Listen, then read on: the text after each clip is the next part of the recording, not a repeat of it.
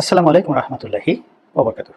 সম্মানিত দর্শক, আওয়ামী লীগকে ১০ বছরের জন্য নিষিদ্ধ করা হবে এবং আওয়ামী লীগের যারা শীর্ষ নেতা এবং অধস্থ নেতা অথচ দুর্নীতি এবং অনিয়মের সঙ্গে জড়িত তাদের বিরুদ্ধে কঠোর ব্যবস্থা গ্রহণ করা হবে। অনেকে তাদের মৃত্যুদণ্ড পর্যন্ত আশা করছেন। বলা হচ্ছে যে আমাদের একটা যুদ্ধ অপরাধের জন্য যে ট্রাইব্যুনাল, আন্তর্জাতিক ট্রাইব্যুনাল, এখানে অনেকের বিচার হবে এবং এই সরকার যদি টিকে থাকে তাহলে আওয়ামী লীগের নেতাকর্মীদের বিচার করার জন্য বড় রকমের কোনো ট্রাইব্যুনাল বা একাধিক ট্রাইব্যুনাল গঠিত হতে পারে। এটা অস্বাভাবিক কিছু নয়। ইতিমধ্যে আওয়ামী লীগের অনেকে খুব ন্যাক্কারজনকভাবে গ্রেপ্তার হয়েছেন।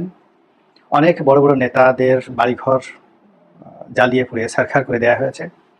অনেকের ব্যবসা প্রতিষ্ঠানে আগুন লেগেছে, আগুন দেওয়া হয়েছে, তছনছ করা হয়েছে, বন্ধ করে দেওয়া হয়েছে। আর যে সকল পাবলিক লিমিটেড কোম্পানি, ব্যাংক, বিমা থেকে শুরু করে অন্য কর্পোরেট হাউসগুলো, সেগুলোকে প্রাতিষ্ঠানিকভাবে অন্য যারা শেয়ার হোল্ডার রয়েছেন তারা দখল করেছেন। এখন আপনি যদি বাংলাদেশের এই সাম্প্রতিক সময়, যেটিকে কেউ দ্বিতীয় মুক্তিযুদ্ধ বলছেন, কেউ ছাত্র আন্দোলন বলছেন, কেউ গণ অভ্যুত্থান বলছেন, এটিকে আমি গণবিস্ফোরণ বলতে আগ্রহী। আমার কাছে গণবিস্ফোরণের সে অন্য কোনো কিছু মনে হচ্ছে না। এর কারণ হলো এই গণবিস্ফোরণের পর কি করতে হবে? আমাদের একজন শাসক লাগবে, একটি মন্ত্রী পরিষদ লাগবে, কাউকে বাদ দিতে হবে, কাউকে নিতে হবে। এই ব্যাপারে আমাদের কোনো রকম গ্রাউন্ড ওয়ার্ক কারোর নিকট ছিল না। এবং সিভিল ব্যুরোক্রেসি, মিলিটারি ব্যুরোক্রেসি থেকে শুরু করে জুডিশিয়ারি, মানে এই আন্দোলনের পক্ষে একটি শক্তি, সংঘবদ্ধ শক্তি ছিল না যারা এই কাজগুলো সুন্দরভাবে করে রাখবে। তো সেইগুলো করতে না পারার কারণে কি হচ্ছে? একটি অপ্রত্যাশিত, একটি অভাবিত এবং এখন মনে হচ্ছে কারোর জন্য একেবারে অযাচিত কিছু মানুষজন ক্ষমতার একেবারে পাদপীঠে চলে এসেছেন। সরকারিভাবে অনেকে ক্ষমতাপ্রাপ্ত হয়েছেন, রাষ্ট্রীয়ভাবে অনেকে ক্ষমতাপ্রাপ্ত হয়েছেন, সামাজিক এবং রাজনৈতিকভাবে অনেকে ক্ষমতাপ্রাপ্ত হয়েছেন। ফলে সেই পাড়া মহল্লার যে চাঁদাবাজি, ঘাট দখল, বাস দখল, এইগুলোর সঙ্গে আপনি যদি সচিবালয়ের ঘটনা মিলানোর চেষ্টা করেন, অথবা সচিবালয়ের ঘটনার সঙ্গে যদি আপনি পুলিশ প্রশাসনের ঘটনা মিলানোর চেষ্টা করেন, বিচারাঙ্গনের ঘটনা মেলানোর চেষ্টা করেন, তারপর বুদ্ধিজীবী, সাহিত্যিক, সাংবাদিক, প্রেস ক্লাব থেকে শুরু করে ব্যাংক, বিমা, যে জায়গাগুলো রাষ্ট্র নিয়ন্ত্রণ করে, সেই জায়গাগুলোতে যদি আপনি সবকিছু মেলানোর চেষ্টা করেন, আপনি ভীষণ রকম হতাশ হবেন। ভীষণ রকম হতাশ হবেন এই কারণে যে একটির সঙ্গে আরেকটির আন্তঃসংযোগ নিয়ে মিল নেই। কোথাও বিএনপি ক্ষমতাধর, কোথাও জামাত ক্ষমতাধর, কোথাও সমন্বয়করা ক্ষমতাধর, কোথাও উপদেষ্টারা ক্ষমতাধর, কোথাও ডক্টর মোহাম্মদ ইউনূস ক্ষমতাধর, কোথাও বিএনপির লোক মানে গ্রামীণ ব্যাংকের লোক ক্ষমতাধর, কোথাও চট্টগ্রামের লোক ক্ষমতাধর। সব মিলিয়ে একটি হ্যাজার্ড হযবরল অবস্থা তৈরি হয়েছে এবং এই হযবরল অবস্থার মধ্যে কিছু আইন করার চেষ্টা করা হচ্ছে, কিছু সংস্কার করার চেষ্টা করা হচ্ছে, কিছু বুলি আওড়ানো হচ্ছে, বিদেশ থেকে লোন আনার চেষ্টা করা হচ্ছে, পরিস্থিতি সামাল দেওয়ার চেষ্টা করছে, কিছু ব্যাংকে লোন দেওয়ার চেষ্টা করা হচ্ছে, নানা রকম, কিন্তু কিছুতেই কোনো কিছু হচ্ছে না। এর ফলে বারবার শুধু আওয়ামী লীগের নাম আসছে। প্রচারণার একটা ভাষা আছে, পাবলিকেশন, তারপর অ্যাডভার্টাইজমেন্ট, এই দুটো শব্দ। তো প্রচারণা এবং প্রকাশনা, মানে এটা যেভাবে হোক না কেন, ইতিবাচক বা নেতিবাচক যেভাবে হোক না কেন, আলটিমেটলি এই জিনিসগুলো আপনার পক্ষে আসবে।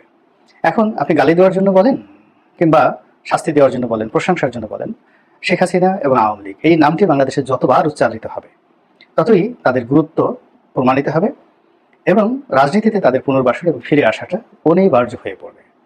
এবং বাস্তবে ঘটনা কিন্তু সেদিকেই যাচ্ছে বলে আমার কাছে মনে হচ্ছে। এ কারণে যারা এই মুহূর্তে ক্ষমতায় আছেন তারা না আওয়ামী লীগকে নির্মূল করতে পারছেন, না আওয়ামী লীগকে পরিশোধিত করে পুনর্বাসিত করার চেষ্টা করছেন। যদি ডক্টর মোহাম্মদ ইউনূস রাজনৈতিকভাবে প্রজ্ঞাবান হতেন, তিনি সবার আগে চেষ্টা করতেন, তিনি আহ্বান করতেন যে গণভবনের দরজা তাদের জন্য খোলা, আওয়ামী লীগ যারা 2009 থেকে এই পর্যন্ত একটি দুর্নীতি করেননি, এই পার্টির জন্য যাদের কন্ট্রিবিউশন আছে এবং এই পার্টি সংগঠিত করতে ইচ্ছুক, রাষ্ট্র তাদেরকে সহযোগিতা করবে। এবং এই কথাটা বলার সঙ্গে সঙ্গে সেই ব্রিটিশদের যে ডিভাইড অ্যান্ড পলিসি রুল, এটি হয়ে যেত এবং আওয়ামী লীগের মধ্যে দুটো ভাগ হয়ে যেত। যারা পালিয়ে গিয়েছে তারা এবং যারা পালিয়েছে তাদের একটি ভাগ, আর যারা পালায়নি তারা রাজপথে নেমে আসতো। আর তারা রাজপথে নেমে আসার সঙ্গে সঙ্গে এই মুহূর্তে ডক্টর ইউনূসের যে ভয় এবং আতঙ্ক জামাতকে নিয়ে এবং বিএনপিকে নিয়ে, সেই জিনিসটি সঙ্গে সঙ্গে তার চলে যেত। এটা শুধুমাত্র তার ইচ্ছা, সদিচ্ছা, আর কিচ্ছু না। নেতা হওয়ার জন্য ঝুঁকি নিতে হবেই। তো সেই কাজগুলো তিনি করতে পারেননি এখন পর্যন্ত, এবং সম্ভবত পারবেন না। তাহলে কি হবে? যারা পালিয়ে আছেন তারা উকি ঝুঁকি দিয়ে দেখছে যে কখন বের হবেন দেশের মধ্যে, আর দেশের বাইরে যারা পালিয়ে আছেন তারা ওখান থেকে গভীর মনোযোগ সহকারে তারা বাংলাদেশের পরিস্থিতি পরিবেশ পর্যবেক্ষণ করছেন, এবং কখন কি করে বাংলাদেশে আসা যায় সেই প্ল্যান এবং পরিকল্পনা তারা করে চলেছেন। দ্বিতীয়ত যেটা আছে সেটা হলো, দেশের মধ্যে যারা আছেন, দেশের বাইরে যারা আছেন, তাদের সকলের নিকটই অঢেল অর্থ। বাংলাদেশি মুদ্রায় তাদের অর্থ আছে, বিদেশি মুদ্রায় তাদের অর্থ আছে। এবং আপনি জানেন যে অর্থ এত বড় একটা নিয়ামক শক্তি যে এটি কারো হাতে থাকলে তার অন্য যে কোনো যোগ্যতা খুব অল্প পরিমাণে থাকলেই হয়। জ্ঞান, গরিমা, শিক্ষা দীক্ষা খুব অল্প থাকলে কিন্তু হয়ে যায়, তারা অনেক কিছু করতে পারে। তো সেই দিক থেকে যারা বর্তমানে আওয়ামী লীগের পলাতক লোকজন রয়েছেন, বলা হয়ে থাকে তাদের সকলেরই অন অ্যাভারেজে 100 কোটি থেকে হাজার হাজার কোটি টাকা রয়েছে। তো এই টাকা দিয়ে তারা যদি গার্মেন্টসে বিশৃঙ্খলা তৈরি করতে চান, তারা যদি জনপদে বিশৃঙ্খলা তৈরি করতে চান, তারা যদি সন্ত্রাস করতে চান, তারা যদি সরকারের কর্মকাণ্ডে বাধা দিতে চান, এটি তাদের জন্য ওয়ান টুর বিষয়। তো এই বিষয়গুলো সরকারকে প্রস্তুতি নিতে হবে। দ্বিতীয়ত, যারা আছেন একেবারে গত 15 বছর ধরে যে বিশাল একটি শ্রেণী তৈরি করা হয়েছে প্রশাসনে, একেবারে নিম্নস্তর থেকে সর্বোচ্চ স্তর পর্যন্ত, তারা ভুল পাল্টে চুপচাপ করে আছেন বটে, বা চুপচাপ হয়ে আছেন বটে, কিন্তু সুযোগ পাওয়া মাত্রই তারা যে ফসে উঠবেন এটি নিশ্চিত করে বলা যায়, কোনো সন্দেহ নেই, এবং সেটি সামাল দেওয়ার মতো অবস্থা বাংলাদেশে কারোরই নেই। তিনি শেখ হাসিনার ফসিল, সেই ফসিলের উপর তিনি বসে আছেন। শেখ হাসিনার চেয়ার, শেখ হাসিনার বাসভবন, শেখ হাসিনার বঙ্গভবন, শেখ হাসিনার প্রেসিডেন্ট, শেখ হাসিনার সংবিধান, সব কিছুর উপর বসে আছেন। তার সঙ্গী কারা, সাথী কারা, তার প্রমোটার কারা? আপনি 0030 তার যে সূত্র, 3টি শূন্য যদি যোগ করেন সমান সমান শূন্যই হবে। ভাগ করলেও শূন্য হবে, গুণ করলেও শূন্য হবে। এটা ম্যাথমেটিক্সের একটা টার্ম। এখন তার যারা শুভানুধ্যায়ী, সাহায্যকারী এবং একান্ত ঘনিষ্ঠজন, বন্ধু বান্ধব রয়েছে, তাদের মধ্যে কোনো সেনাপতি নেই, তাদের মধ্যে কোনো রাজনীতিবিদ নেই, তাদের মধ্যে কোনো দার্শনিক নেই, তাদের মধ্যে কোনো ধনী ব্যক্তি নেই, তাদের মধ্যে ডক্টর ইউনূসকে ধমক দিতে পারেন, পরামর্শ দিতে পারেন, নেই কেউ। ওনার আশেপাশে যারা আছেন সকলের মুখে একই বক্তব্য, আপনি মহান, আপনি শ্রেষ্ঠতর, আপনি এই জমিনের গত 1000 বছরের শ্রেষ্ঠ মানব। হুজুর, আপনি যা বলবেন তাই হবে, আপনি যা ইচ্ছা করবেন তাই ঘটবে, আপনি যা দোয়া করবেন তাই ফলবে। এই কথাগুলো তার আশেপাশের লোকজন যেভাবে তিনি সেট আপ করেছেন, তাদের মুখ থেকে এর বাইরে ভিন্ন কোনো কথা আসবে না।